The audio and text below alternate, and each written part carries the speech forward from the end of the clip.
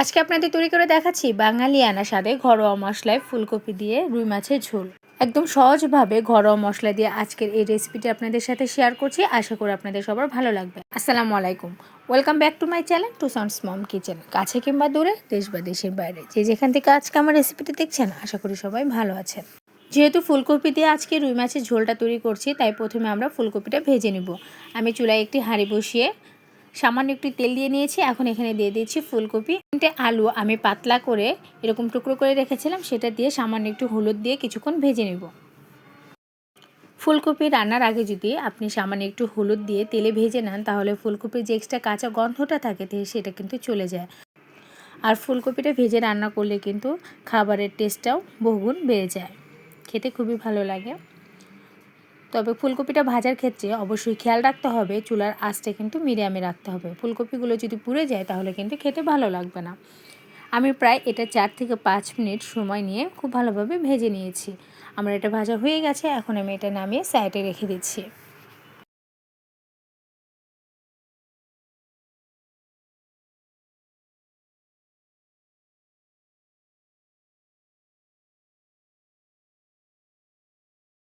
ফুলকপিগুলো উঠিয়ে আমি একই হাঁড়িতে আবারও 3 টেবিল চামচ পরিমাণ তেল দিয়ে নিয়েছি। এখন এখানে দিয়ে দিচ্ছি হাফ কাপের মতো পেঁয়াজ কুচি,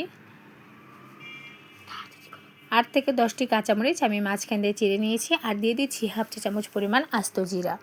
পেঁয়াজগুলো সামান্য কিছুক্ষণ ভেজে নেব। খুব বেশি পেঁয়াজগুলো আমি ভাজবো না। পেঁয়াজগুলো হালকা নরম হয়ে আসলে এখানে দিয়ে দিব সামান্য একটু পানি, যাতে মশলাগুলো পুড়ে না যায়। এখন এখানে দিয়ে দিচ্ছি আমি 2 টেবিল চামচ পরিমাণ পেঁয়াজ বাটা। এখানে চেষ্টা করবেন পেঁয়াজ বাটাটা একটু বেশি দেওয়ার জন্য। আর এখানে দিয়ে দিচ্ছি আমি 1 টেবিল চামচ পরিমাণ আদা বাটা আর 1.5 টেবিল চামচ পরিমাণ রসুন বাটা। বাটা মশলাগুলো আমি তেলের সাথে কিছুক্ষণ ভেজে নিচ্ছি, যতক্ষণ না পর্যন্ত বাটা মশলার কাঁচা গন্ধটা চলে যায়। তারপরে এখানে দিয়ে দিচ্ছি আমি স্বাদ মতো লবণ, 1.5 চা চামচ পরিমাণ ধনিয়া গুঁড়া, 1.5 চা চামচ পরিমাণ লাল মরিচের গুঁড়া, 1 চা চামচ পরিমাণ হলুদের গুঁড়া দিয়ে মশলাটা আমি খুব ভালোভাবে কিছুক্ষণ কষিয়ে নিচ্ছি। আপনারা চাইলে এই পর্যায়ে এসে ঢাকনা দিয়ে ঢেকে মশলাগুলো কষিয়ে নিতে পারেন। মশলাগুলো আপনারা যত ভালো কষাবেন আপনার খাবারের টেস্ট ততটাই ভালো আসবে। তো আমি 8 থেকে 10 মিনিট সময় নিয়ে মশলাগুলো খুব ভালোভাবে কষিয়ে নিচ্ছি।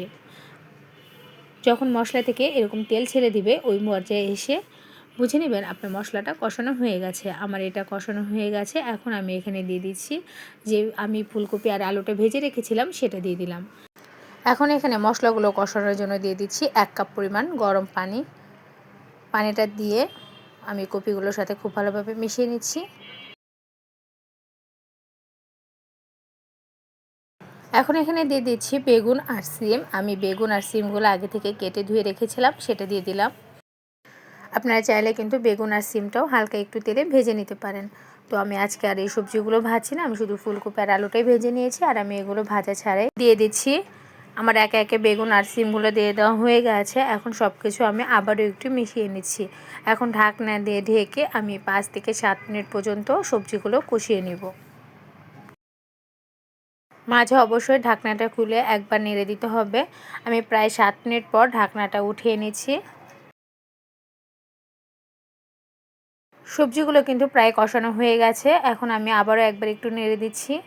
এখন এখানে দিয়ে দিচ্ছি আমি ঝোলের জন্য পানি। আমি এখানে ঝোলের জন্য প্রায় 3 কাপের মতো পানি দিয়েছি। আপনারা ঝোল কতটুকু খেতে পছন্দ করেন সেই অনুপাতে আপনারা পানিটা দিয়ে নেবেন। পানিটা দিয়ে সবজির সাথে আবারও একটু আমি মিশিয়ে নিচ্ছি।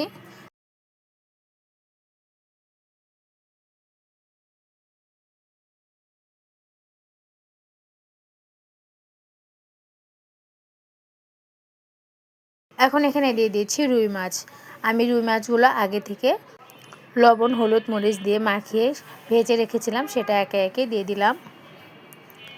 এখন এটাকে ঢাকনা দিয়ে ঢেকে আমি হাই হিটে রান্না করে নেব 5 থেকে 7 মিনিট।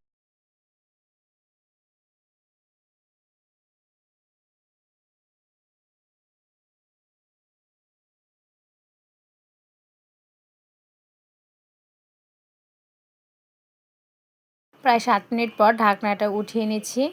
ঝোলের পানিটা প্রায় অনেকটাই টেনে এসেছে। এই মুহূর্তে এসে দিয়ে দিচ্ছি 1 চা চামচ পরিমাণ ভাজা জিরার গুঁড়া। এখন ঢাকনা দিয়ে ঢেকে আমি আরও 2 মিনিট এটাকে রান্না করে নিব। এটা হয়ে গেলে আমি আপনাদেরকে সার্ভ করে দেখাচ্ছি। ব্যাস তৈরি হয়ে গেল অসম্ভব মজাদার ফুলকপি দিয়ে রুই মাছের ঝোল। আশা করছি আজকের রেসিপিটা আপনাদের ভালো লেগেছে। ভালো লাগলে আমার চ্যানেলটাকে সাবস্ক্রাইব করবেন, লাইক, কমেন্ট এবং শেয়ার করে বাকিদেরকে দেখার সুযোগ করে দেবেন, কারণ আপনাদের লাইক, কমেন্ট এবং শেয়ার আমাকে অনেক বেশি উৎসাহিত করে। আর যারা পেজ থেকে দেখছেন তাদের কাছে অনুরোধ রইল পেজটাকে একটু ফলো দিয়ে রাখবেন, লাইক, কমেন্ট এবং শেয়ার করবেন। আজকের মতো এখানে বিদায় নিচ্ছি। আল্লাহ হাফেজ। আসসালামু আলাইকুম।